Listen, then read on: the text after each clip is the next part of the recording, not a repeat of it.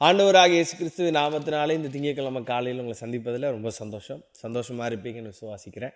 சந்தோஷமாக இருங்க. மறுபடியும் உங்களுக்கு சொல்கிறேன், சந்தோஷமாக இருங்க. சரி, நேற்றைய தினம் ஞாயிற்றுக்கிழமை ஆராதனை ஆண்டவரை சந்திச்சுட்டு வார்த்தைகள்லாம் கேட்டுட்டு சந்தோஷமாக இருப்பீங்கன்னு நான் விசுவாசிக்கிறேன். சந்தோஷமாக இருங்க. கர்த்தருக்குள் சந்தோஷமாக இருப்பது தான் நம்முடைய பலன். சரி, ஒவ்வொரு வாரமும் என்ன தியானிக்கிறோம் அப்படின்னா, நம்முடைய லைஃப் அடுத்த ஸ்டேஜ் பிளஸ்ஸிங்கை பார்க்கணும், நம்முடைய வாழ்க்கை ஆசீர்வதிக்கப்பட என்ன செய்ய வேண்டும் என்று சொல்லி சில காரியங்களை ஒவ்வொரு வாரமும் தியானிக்கிறோம். இந்த வாரமும் என்ன தியானிக்க போகிறோம் அப்படின்னா, தானியேலுடைய 6வது அதிகாரத்துடைய கடைசி வசனத்தை உங்களுக்காக வாசிக்கிறேன். தரியுவின் ராஜபார காலத்திலும் பெர்சியனாகிய கோரேசுடைய ராஜபார காலத்திலும் தானியேலின் காரியம் ஜெயமாக இருந்தது. நம்முடைய வாழ்க்கை, நம்முடைய குடும்பம், நம்முடைய சூழ்நிலை, நம்முடைய வேலை ஸ்தலம், ஒர்க் லைஃப், இதெல்லாமே ஆசீர்வதிக்கப்பட்டு ஜெயமாக இருக்கிறது தான் ஆண்டவருக்கு பிடிக்கும். ஏன் அப்படி சொல்கிறேன்னா, இங்கே தானியேலுடைய வாழ்க்கையில் அவன் செய்த எல்லா காரியமும் ஜெயமாக இருந்துச்சு. எந்த இடத்துல ஜெயமாக இருந்ததுன்னா, ஒரு அடிமையின் வாழ்க்கையில் அவனுடைய வாழ்க்கை ஜெயமாக இருந்தது. அப்போ நம்முடைய வாழ்க்கையில் நம்ம எப்படிப்பட்ட சூழ்நிலைகளுக்குள்ளே கடந்து போனாலும் ஆண்டவர் விரும்புகிற காரியம் நம்முடைய வாழ்க்கை எப்படி இருக்கணும் அப்படின்னா ஜெயமாக இருக்கும். தோற்று போனவர்களாக இருக்கக்கூடாது. அடுத்தபடி ஆசீர்வாதத்தை பார்த்துட்டு தான் நம்முடைய வாழ்க்கை ஓட்டத்தை முடிக்கணும். சும்மா அதாவது எல்லாரும் சொல்லுவாங்கள்ல, வெந்ததை திம்மோ விதி வந்த சாமோ அப்படின்ற மாதிரி நம்ம இந்த உலக ஓட்டத்தை முடிச்சிடக்கூடாது. ஆசீர்வதிக்கப்பட்ட நிலைமை முடிக்கணும். தானியேலின் காரியம் அடிமையாக போன தேசத்தில், அடிமையாக போன ராஜ்யபாரத்தில் யாருக்கு கீழெல்லாம் அடிமையாக இருந்தானோ அவங்களுடைய காலத்துலலாம் தானியேலின் காரியம் ஜெயமாக இருந்தது. அப்போ நம்முடைய வாழ்க்கை ஜெயமாக இருப்பது தான் ஆண்டவர். அப்போ தானியேலின் காரியம் ஜெயமாக இருக்க தானியேல் செய்த காரியம் என்ன அப்படின்றத நம்ம லேர்ன் பண்ண போகிறோம். தானியேல் 1வது அதிகாரத்தில் அதோடைய 8வது வசனத்தை வாசிக்கும்போது, தானியேல் ராஜாவின் போஜனத்தினாலும் அவன் பானம் பண்ணும் திராட்சை ரசத்தினாலும் தன்னை தீட்டுப்படுத்தலாகாது என்று தன் இருதயத்திலே தீர்மானம் பண்ணி கொண்டு. இது நமக்கு எல்லாருக்குமே தெரியும், நிறைய பிரசங்க கேட்டிருப்போம். நம்முடைய வாழ்க்கை ஆசீர்வதிக்கப்படணும்னா நம்முடைய வாழ்க்கை உலக காரியங்களினால, லௌகீக சந்தோஷத்தினால தீட்டுப்படக்கூடாது அப்படின்னு சொல்லி நம்ம நிறைய பிரசங்கெல்லாம் கேட்டிருப்போம். இந்த இடத்துல இன்னொரு காரியம் ரொம்ப ஸ்ட்ரெஸ் பண்ணப்பட்டிருக்கு. அங்கே எல்லாமே ப்ரொவைடட். இப்போ ராஜாவுடைய போஜனம், ராஜாவுடைய திராட்சை ரசம் இங்கே யாருக்கு ப்ரொவைட் பண்ணப்படுது அப்படின்னா தானியேலுக்கு ஃப்ரீ ஆஃப் காஸ்ட்டில் ப்ரொவைட் பண்ணப்படுது. இதை தான் வேண்டான்னு சொன்னோம். நம்ம சும்மா சிம்பிளாக ராஜாவுடைய போஜனத்தில் தீட்டுப்படாமல் போயிட்டார் அப்படின்னு சொல்லிட்டு போயிடுவோம். ஆனால் ராஜ போஜனம் இங்கே ஃப்ரீ ஆஃப் காஸ்ட்டில் அவனுக்கு கொடுக்கப்படுது.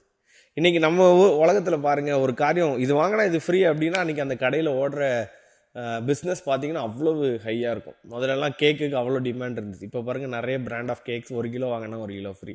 இப்போ அந்த ஸ்டோரில் கூட்டம் கூடுது. இப்போ பாருங்கள், ஸ்பெக்ஸ் வாங்கினா கூட ஒரு ஸ்பெக்ஸ் வாங்கினா இன்னொரு ஸ்பெக்ஸ் ஃப்ரீன்னு போடுற கடையில் பயங்கரமாக கூட்டம் கூடுது. அப்போது ஃப்ரீ அப்படின்னா அதுக்கு வாண்டட் அதிகம், நிறைய பேர் தேடி போய்கிட்டே இருக்காங்க. இது எல்லா காலத்துலேயுமே மனுஷங்களுடைய மனம் அப்படி தான். இலவசமாக கிடைச்சா ரொம்ப ஈஸியாக கிடைக்கும். அது மாதிரி இலவசமாக கிடைக்கிற காரியங்களுக்கு மனம் இயங்கும். ஆக இந்த காரியம் கிடைச்சா நல்லா இருக்குங்க. எல்லாரும் இலவசமாக கிடைச்சதை, மற்ற அவங்க கூட இருந்த வாலிபர்கள்லாம் இலவசமாக கிடைச்சதை சந்தோஷமாக சாப்பிட்டு ரொம்ப என்ஜாய் பண்ணி நல்லா இருந்தாங்க. ஆனால் தானியேலுடைய இருதயம் மட்டும் வேண்டான்னு சொல்லிச்சு. இதில் என்ன மெயினாக நம்ம யோசிக்கணும் அப்படின்னா, அவன் இருதயத்தில் வைத்த தீர்மானம் தான் மேட்டர். ராஜாவுடைய போஜனம் இலவசமாக கிடைக்கிற ஒரு காரியத்தை ஈஸியாக வேண்டான்னு அவன் சொல்லலை. அவனுடைய இருதயத்தில் வைத்திருந்த தீர்மானம் அவனை வேண்டான்னு சொல்ல வச்சது. அப்போது நம்முடைய வாழ்க்கை ஆசீர்வதிக்கப்படணும்னா நாம் இருதயத்தில் தீர்மானம் எடுக்கிறவர்களாக இருக்கணும், டெசிஷன் மேக்கர்ஸாக இருக்கணும். நம்முடைய லைஃப் சும்மா ஏதோ நான் இதை செய்கிறேன் அப்படின்னு வாயில் சொல்லிட்டு போயிடக்கூடாது. அதான் என் ஃப்ரெண்ட்ஸ்லாம் சொல்லுவாங்க, வாயிலே வடை சுடாதடா அப்படின்னு சொல்லுவாங்க. என்னென்னா வாயிலே சொல்லிட்டு அது காரியம் நடக்காதுன்னு அர்த்தம், சும்மா சொல்லிட்டு போகிறவங்க அர்த்தம். அப்போது நம்முடைய லைஃப்பில் பேசுகிறவங்களாம் இருக்கவே கூடாது. வாயில் பேசிட்டு கிரியை செய்யாதவங்களாம் இருக்கக்கூடாது. கிரியை செய்யாத விசுவாசம் செத்தது, கிரியை இல்லாத விசுவாசம் செத்தது.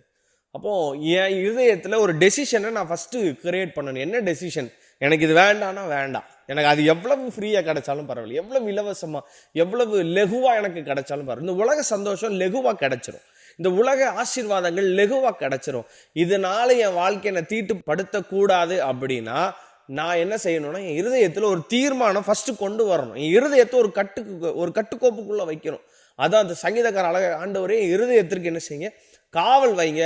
இருதயமே மகா கேடு உள்ளது, திருக்கும் மகா கேடு உள்ளதுமா இருக்கு. அப்படிதானே? மனுஷங்களே சொல்லுவாங்க, மனுஷனுடைய இருதயம் என்னது, குரங்கு ஒரு நேரம் இங்கே இருக்கும், ஒரு நாள் அங்கே போயிடும். அதை மாதிரி தான்.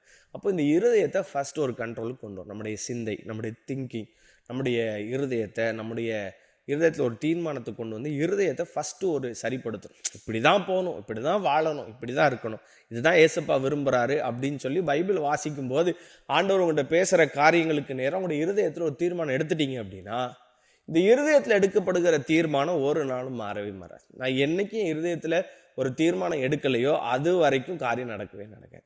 அதை நான் செய்யவே மாட்டேன். அதனால் தேவ பிள்ளைங்களே, இருதயத்தில் ஒரு தீர்மானம் எடுங்க. ஆண்டவர் இன்னைக்கு உங்க கூட பேசுகிறாரு, உங்களை ஆசீர்வதிக்க விரும்புகிறார், உங்கள் காரிய ஜெயமாக இருக்க விரும்புகிறார். தீர்மானம் எடுங்க. கர்த்தர் உங்களை ஆசீர்வதிப்பார். God bless you.